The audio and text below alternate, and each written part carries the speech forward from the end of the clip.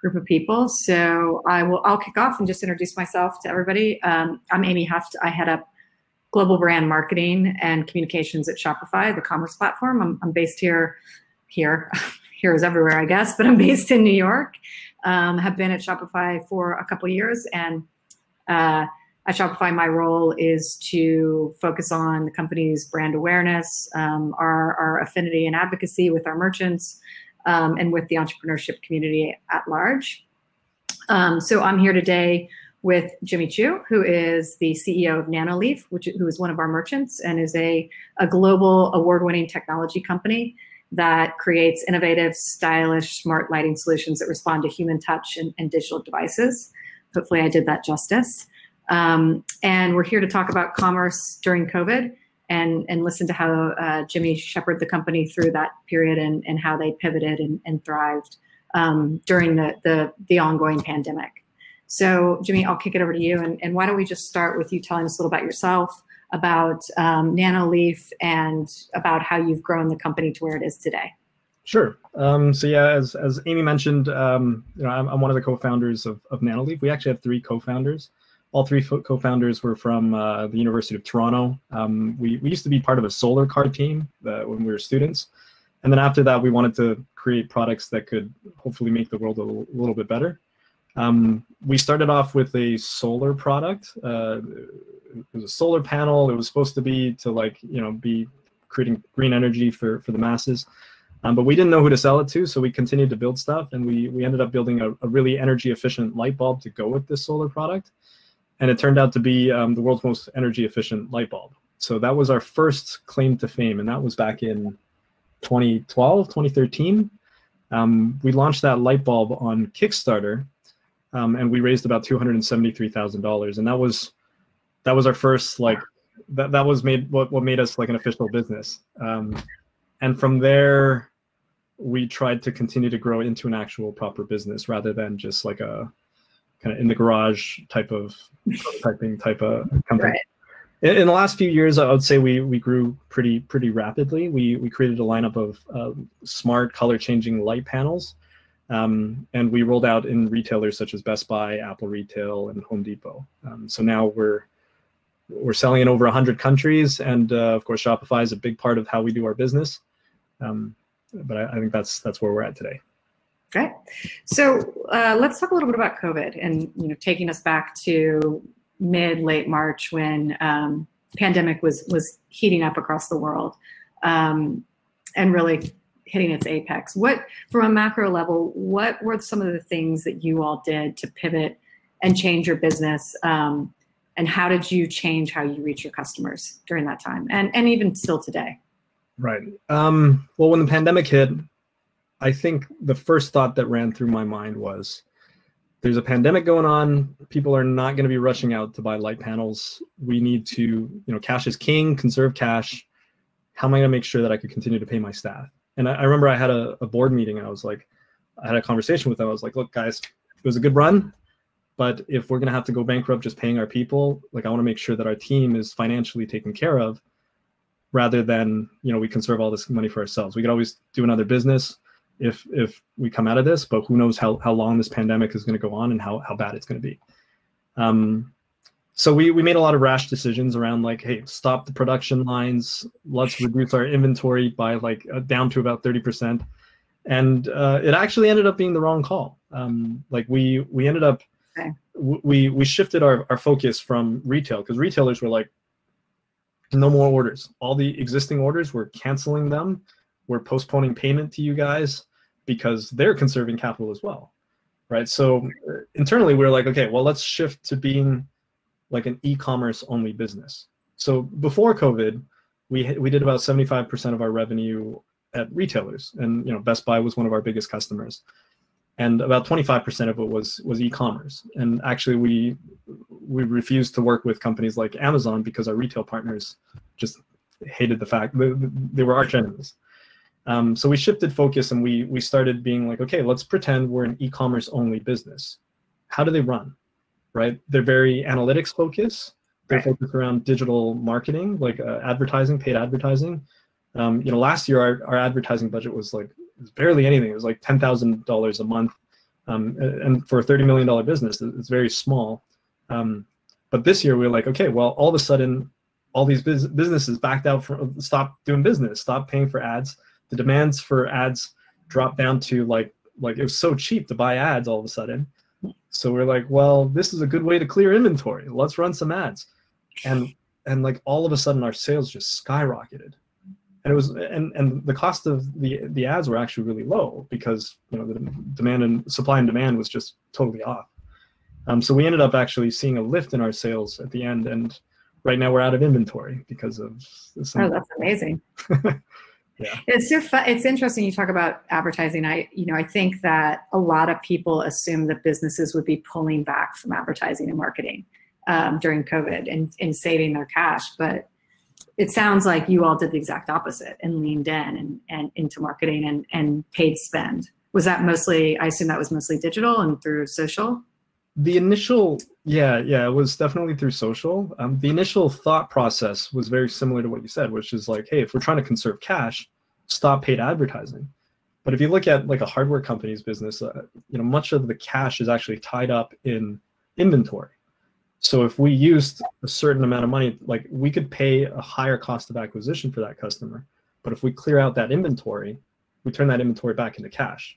And as long as we recoup our cost or even a fraction of it, then we're in a good spot. Yeah. Tell us a little bit about your supply chain and what you did with your supply chain, because I think you all as a company did something really amazing with how you, when lockdown hit, how you pivoted your supply chain. Yeah, so early on in the COVID times, actually we had some really bad news from our team. Like one of our team members' parents actually had COVID, and he ended up passing away from it. So it was something that was really personal to our hearts. My brother, he's a doctor. I was talking to him. I was always trying to keep tabs on what's going on at the hospitals to like actually, because I didn't trust the media anymore. And he was saying like, look, I'm just a cog in the system. They don't have masks. They don't have supplies. There's nothing I can do about it. Like, I'm just like, I'm paid by, well, it is in Canada. So he's paid by the government of Canada, and they're just totally screwing things up. And meanwhile, our team in China, everyone's already at like, phase 2, phase 3 of their unlocking, like lockdown situation. And everyone's wearing masks, and there's like a huge supply of masks. So it didn't make sense to me why the hospitals in New York, in Toronto, they just didn't have access to this stuff. So we started working with some of the different consulates over in China to actually secure a huge amount of supply of masks. We would use our staff to do the quality control of them. We ran a GoFundMe campaign just to try and bring awareness so that people actually could help to contribute. And then we were importing masks into both New York as well as Toronto area, just to make sure that we could actually feed into the supply. Overall, we brought in probably close to 3 million masks, and everything was done at cost. And the way I saw it was like, well, if our logistics team is not importing light panels, they need something to do at home. And I guess like, the entrepreneur in me is just like, I don't like sitting on the sidelines and doing nothing. Like the whole idea of like, you're doing your part by staying home and social distancing. I was like, there's more that we could do than that. Right? Yeah. Like there's more that we could contribute. We're dealing with a global pandemic. Like what can we actually do to like bring the world back to normal so the business can resume? So yeah. Some of the mindset. It's amazing. I mean, we at Shopify, we saw a number of merchants doing that in different ways, and either through their supply chain or some that just completely scrapped their original existing business and only focused on PPE, sort of created an entirely new store to do that. Right. So it was pretty heartwarming to see all these businesses jump in and try and help with what they had at hand. You mentioned retail, and before 75% of your business was wholesale. Now as you look to the future, and obviously that has had to pivot, and as things start to open back up in different phases across the globe, do you think that will that model look the same for you? Or is this where you are now sort of the future for Nanoleaf? I think regardless of COVID, digital, I think commerce was going that way anyways. right? And I mentioned this to you earlier when we were preparing for this call. I invested in Shopify because I believed in, that like the online experience as being a big part of it. One of the business models that I follow is Apple, which I'm sure a lot of people follow Apple as well. But one of the things that they did was, as a hardware company, they started to own how they sell to customers. And they did that by opening the Apple stores.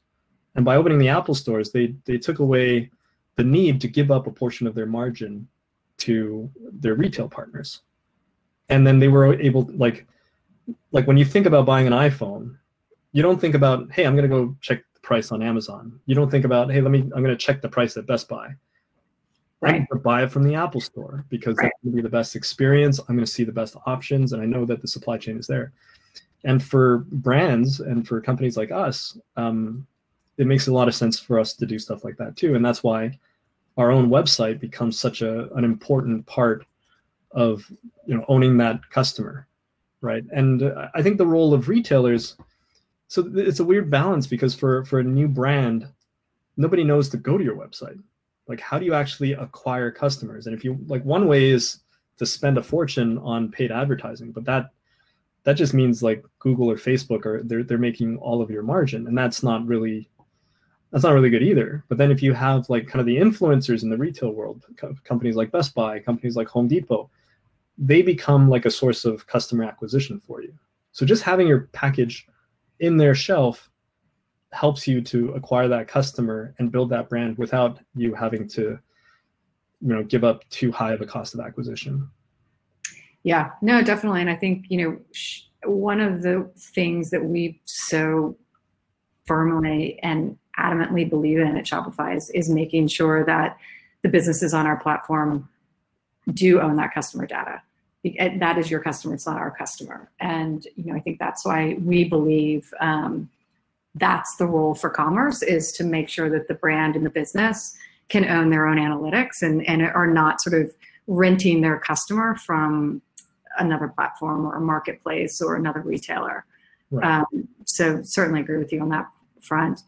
And you touched on it a little bit with retail, but just in terms of COVID in general, as you sort of, I hesitate to say reflect, because we're obviously not out of this and probably maybe won't be ever. So as you think about the future of Nanoleaf and just the future of commerce and in general, what are some other big lessons that you've walked away with, and where do you think it's headed? So for us, I think we were really lucky. Like we're lucky to be in the home space. Most people buy our products to put it in their bedroom, in their living room. And during COVID, when everyone's stuck at home, they actually ended up spending some of their extra cash on products like ours. And we saw like a 20% lift in our products sales. So I think we got really lucky. And there's a lot of companies out there that were not so lucky, people in the travel industry, restaurants. And I think that for now, at least given all the information that we have, COVID might be here to stay. And if COVID is here to stay, then I think the whole world needs to adapt to what this new reality is. And it's a combination of, spending a lot more time at home, reducing your desire to travel and see the world, and also reduce interactions with people, which kind of sucks. I think that's probably the worst part of it. But that creates opportunity in different ways. And how do you actually capture that opportunity? So, I think that there's like, for example, like back before COVID happened, like everyone was trying to migrate into the city and living and willing to pay a lot more money for smaller spaces just to be part of the core, right? You get like a really expensive condo in New York or Toronto. Yeah. But now everyone's going to be migrating out to get more space because they're spending more time in that space and they don't need to gather into a core. And if you create a service to facilitate that, you're actually helping to adapt to this new reality that we have. And there's an opportunity as marketers, as companies, as product companies, to rethink how you actually want to plan out your roadmap and plan out your company direction. I wish I had an answer. If I did, then we'd be doing it. You could solve a lot of the world's problems. But no, you're right. I think as a New Yorker, I'm definitely questioning my living, my geographical decisions at this point, for sure. Yeah. So we have a few questions, but I wanted to ask, before we get to those, I want to ask you just one more question. You've mentioned, and Nanoleaf has a concept that I thought was really cool, of triple bottom line. And so being focused on not just your financial impact, but on your social impact and your environmental impact, which are all really important pieces of who Shopify is as well. So curious, one, where that ethos came from, why that ethos is part of the company, and two, as we are entering in the U.S. certainly a recession and a challenged economic environment and high unemployment, as a CEO of a company that has done tremendously well but is still growing, how do you see being able to keep that focus on things that are not just about the financial bottom line, and keep your company as a whole focused on social good and the environment, et cetera? Do you see yourself having to make those trade-offs? Do you see that as sort of non-starter? Just would love to hear a little bit more about that. So the root of this ethos was just part of the reason why we started our own company. Actually, I'll be honest, we never cared to start our own company. We just wanted to do some good in this world, and we wanted to create cool products that could help sustainability. That was why we developed this passion when we were in school, when we were part of the solar car team, and every product that we make, we wanted to do that. The challenge for that was, as we went on with development, we realized there's often a trade-off between what's good for the environment versus what's good for business, what's good for this capitalistic business of trying to make money and create growth at all costs. And as an entrepreneur, it's very conflicting for me, because as an entrepreneur, as a CEO,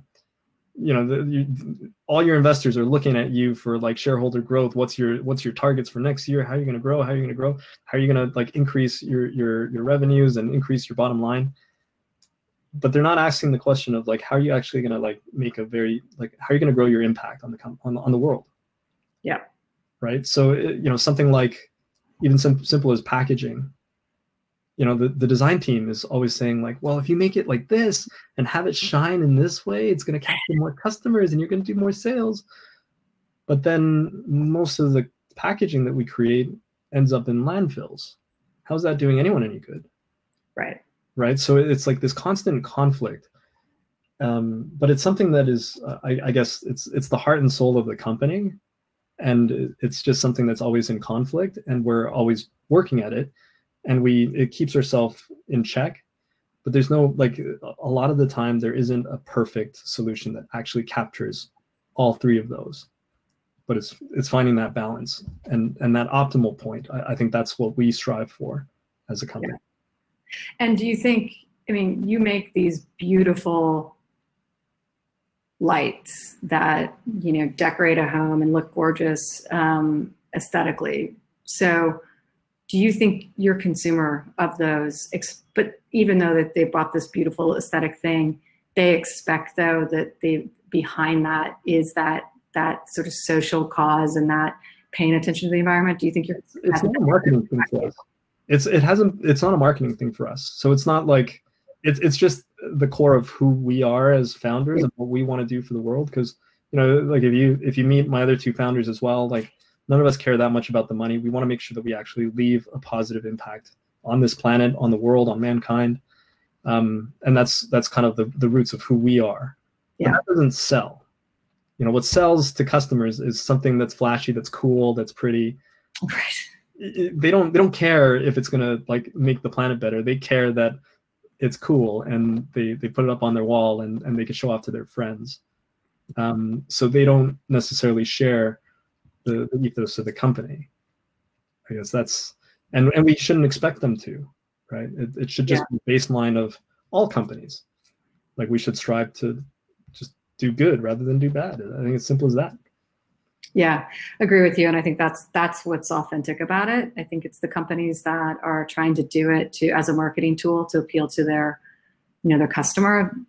that's when it feels inauthentic. But when it's really the heart and soul of who you are as an entrepreneur and as a founder, no matter what you're making and selling or distributing, that's when it feels truthful, for sure. So I think we've hit our time. So I'm not going to go into questions, but I am going to somebody wrote that they really appreciate your big picture mentality. So I thought I'd convey that, because I definitely think that's why Nanoleaf has probably done so well, is that big picture ability to look at the big picture as opposed to, just the one bottom line, for sure. So, so Jimmy, thank you for joining us. Thanks for sharing what you all are doing during COVID, and definitely wish you more success in the coming months. Thank you as well. And thank everyone for joining the call as well. Definitely appreciate your time. Yeah, thank you, everyone.